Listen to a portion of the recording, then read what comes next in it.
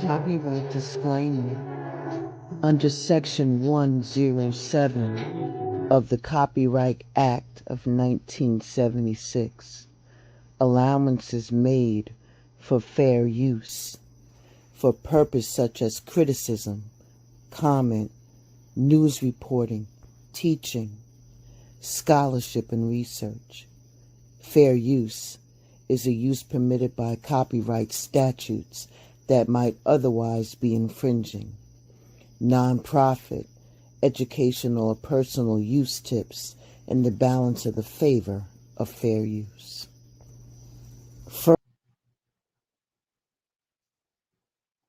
Welcome to Blended Healing. Self-isolation. I personally don't find anything wrong. I have learned to just be one of those type of people that do better when I'm isolated.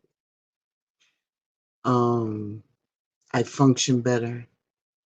I have more of a flow going, or it can also have the opposite for me, where I need distraction. But lately, self-isolation is working because I don't have enough time. I feel as though time is either speeding up so rapidly that things are happening at such a rapid pace that I feel as though I can't catch up. So I find myself isolated. What about you? We all have that innate desire to belong to things, to people, to feel connected. It's all about being human. Yet somehow, despite the need for social bonds, some of us seem to be pushing people away without even realizing. Does that sound familiar? There are certain behaviors that we may be exhibiting that can make us isolate from other people. And in some of these actions that we do in our own life, it's nothing for us to be worried about. But if we do want to come out of the cave, we're going to have to learn not to live in a shell, because we were not meant to be living in a shell. We need to take the first step forward into realizing that there is happiness and joy in learning experiences that awaits us. But in order to do that, we need to do some self-reflection. And in isolation, I know that if we were doing it the right way, for the right reasons, I can understand it. But if you're doing it just to simply not feel anything, not be a part of anything, because you just don't feel like it. And the divine does not want us to be in isolation. If we're in isolation, how can we serve?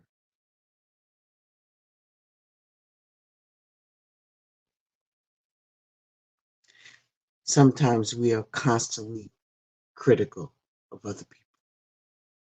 So, you know what they say, that if you ain't got nothing nice to say, don't say nothing at all, you know? So you button up your mouth, but are you living your authentic truth when you do that?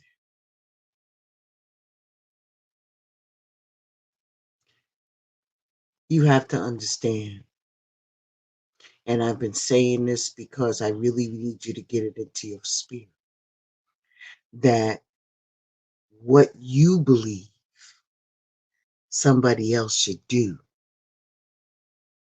does not mean that that's the right or wrong way. It just simply means that your version of things is different from somebody else's. And if you insist upon the expectation of somebody operating the way you feel that they should feel, you're never going to be satisfied. Being overly critical of other people can create distance between you and them. I'm not saying that if you were asked your opinion, as long as that it is constructive, can be helpful. Understand that there's a fine line between offering advice and then being downright harsh. When we are constantly critical, it can come off as though we're looking down on other people or dismissing their ideas. You understand? Nobody enjoys being around someone who makes them feel small or insignificant. Be mindful of how you deliver your feedback. It's not what you say, it's how you say it. And that can be a step towards building a stronger and healthier relationship with others. So the next time you're about to offer a piece of your mind, pause, and consider how your words might be received and whether there's a gentler way for you to express your thoughts. Self-isolation, coming out of your bag and saying whatever comes up and come out. I mean, personally speaking, I surround myself with people like that. And unknowingly, some of the people that I've been friends with for over 40 years, can't believe I said that out loud, are very much like that, in your face and just going to tell you the way it is. And I'd rather have somebody come to me and tell me something like that in private than to sit around here walking around me being an asshole. Check me. If I am walking or doing something that's inadvertently making myself push other people away because of the way I'm acting and speaking, check my ass. Because I'll respect you when you do that. But that's just me. Other people operate like that. Some people like to be spoon fed. You understand? And as long as you're running around here offering your opinion without it being asked for, that can also isolate you from other people.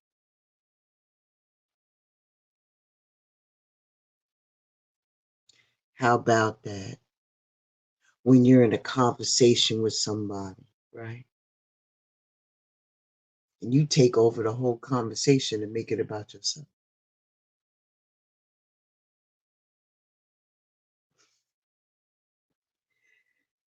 Yeah, a lot of us are guilty of that, myself included.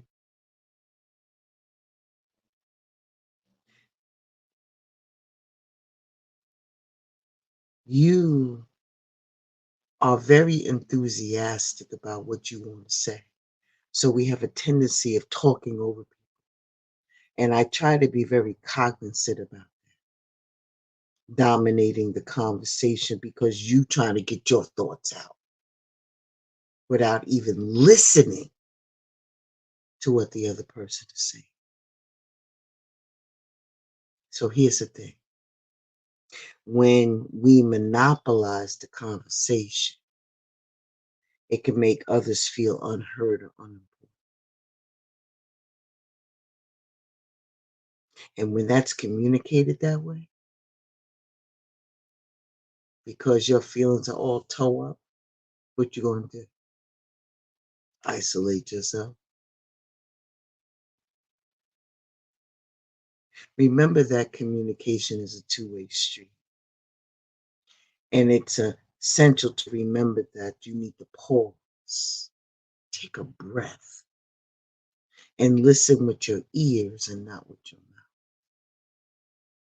And let others share their stories as well.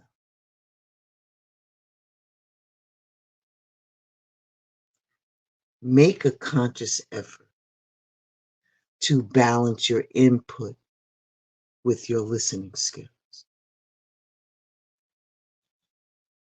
Trust me, it can make a huge difference in how people perceive you and in strengthening your relationships. When other people are trying to talk to you, are you always on the phone? Whether you're literally on the phone or you're pretending to be on the phone because you just don't feel like you just don't feel like it. That's a self-isolating move. I know that we all have digital disorder. That's what I tell the kids, digital disorder. Can't put the damn phone down. Whether you're talking on it, texting on it, researching on it, social media and on it, constantly on it because your head is bent. I'm surprised your neck don't hurt. You feel me? Twitter fingers. And I know our phones play a very crucial part of our lives, but there's a time and a place for everything. And constantly glued to your phone, to your screen, especially when you're with other people, it's just rude. It's rude. So, like, imagine that you're sitting in a restaurant, right? And you with your friend, but you just can't stop, the friend can't stop scrolling through their Instagram feed since they sat down at the table. How does that make you feel? You know what it says? My phone is more interesting than you. That's what it says. And you may not be doing that shit intentional, but if you are, that's you. I've seen worse, you know. You might be the most caring person on the planet, but if you're always on your phone when other people are trying to talk to you, it could make them feel like they're not worth your time or your attention. And you want to know why people don't want to be around you. So then you blame yourself, which rightfully you should. But isolating yourself because of that, self induced, nah, you got to face that. So the next time you're catching up with a friend or sitting down for maybe a family dinner or after dinner with some friends, put your phone away. Like I tell the kids when I walk through the camps, put it on the hook, especially when you see me, you know? You got to be present in the moment, and it can go a long way in making your relationships a lot stronger and more meaningful.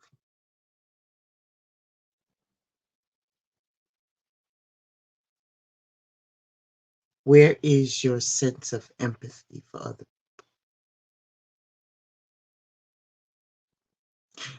Being locked away in that cave the way you've been locked away in that cave.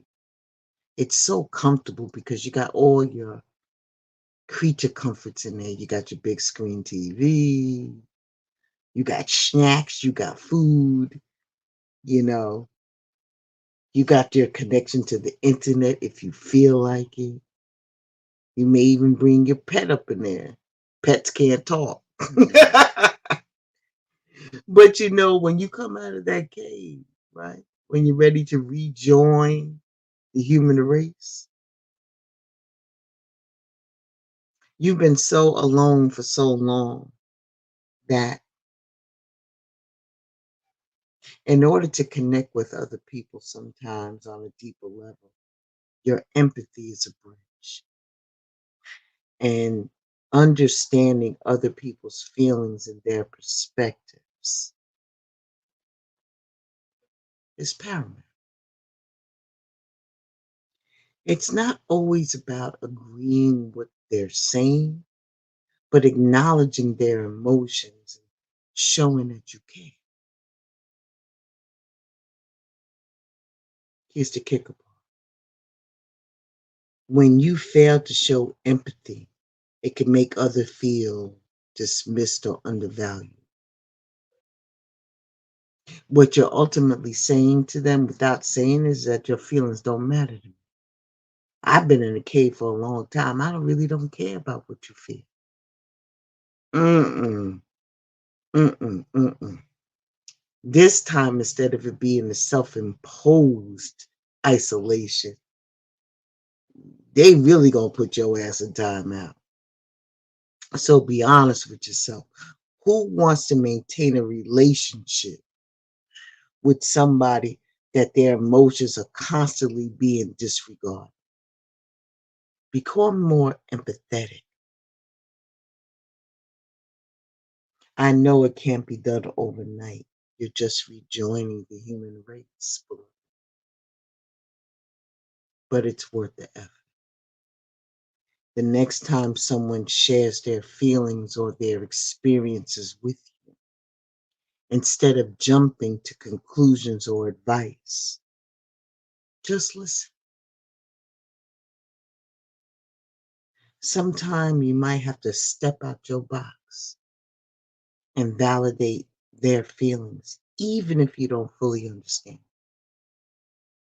Remember that empathy is about connection, and connection is what relationships are all about.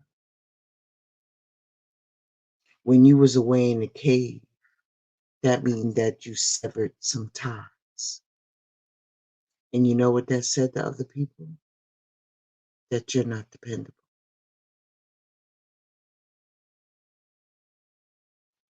Sometimes we look at people who are always late or don't follow their through on their promises. It might not seem like a big deal, but dependability is actually one of the key traits people look for in their friends and their partners. Reliability is going to impact your relationship significantly. People are understanding to a point. So if you open up your mouth and you say you're going to do something and you're going to be there, and then you just all of a sudden disappear, that leaves people hanging. And the trust factor will go out the door because people can't rely on us. And that does not allow us to strengthen the bond that we used to share with them. But try to stop canceling plans or showing up late or failing to keep your word. When you do that, you make people feel that their time and their trust don't mean shit. So if you don't want to stop isolating yourself from other people, start by honoring your commitments. Be someone that others can count on, and you will notice that there will be an uptick and an improvement in your relationships. How about when your partner, right, since you're rejoining the human race, you missed out on a lot. Some of your friends have moved on and have done significant things. Significant things. They have succeeded. They've accomplished something that they're really, really proud of. And the first person they want to share it with is you.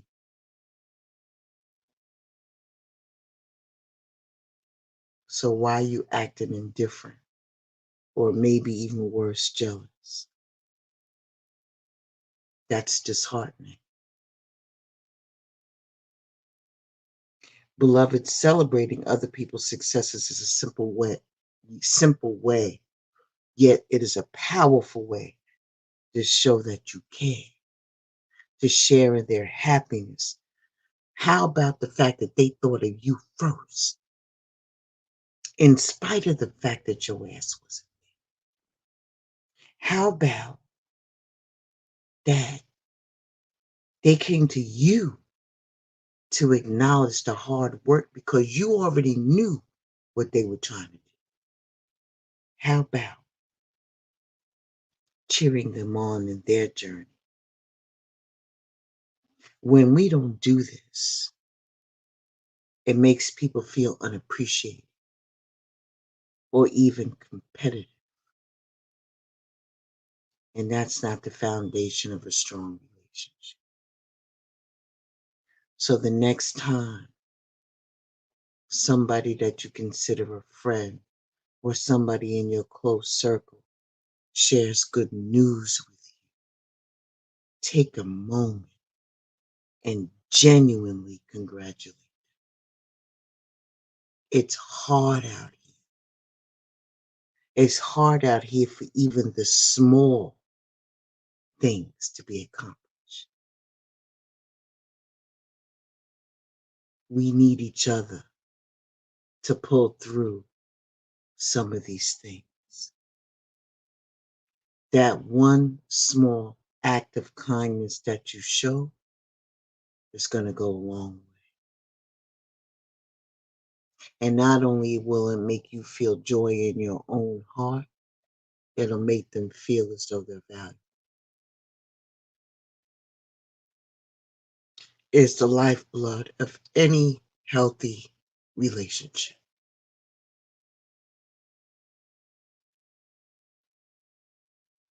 Stop being so rigid in your thinking and unwilling to consider other people's viewpoints.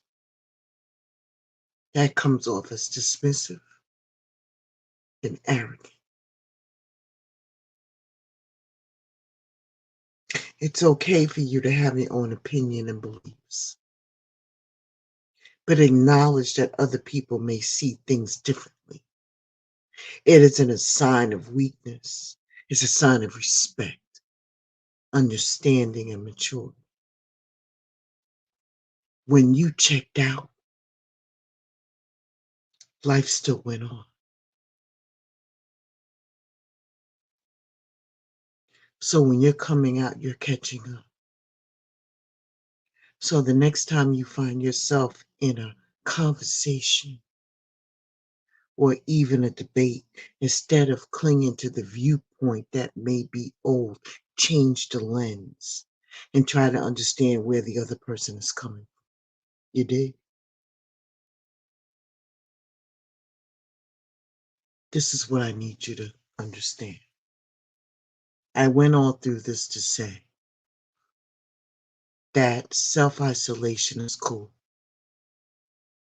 when it's in your healing process. Communicate that, especially when you have other people who are depending on you. Life doesn't stop because you say stop. life still goes on.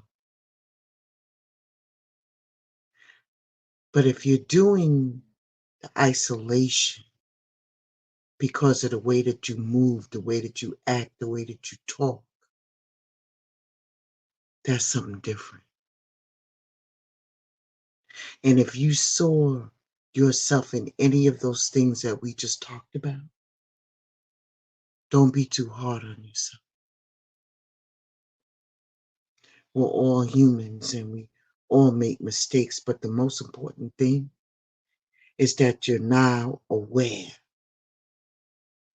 And awareness is the first step to change. The fact is, none of us are born with a manual on how to interact with other people. It's a learning process. You can start again by observing your actions, your attitudes, and your responses. I'm not telling you to be fake. I'm telling you to restrain. You know that inner watchman we talked about the other day. Self-control. Notice when you're being overly critical. Notice when you are taking over the conversations. Notice where you're showing a lack of empathy. Recognize if you're glued to your phone and making that the priority over other people. Remember, if you're not celebrating other people's successes, it's okay to be open to new ideas. The goal here isn't to completely transform who you are.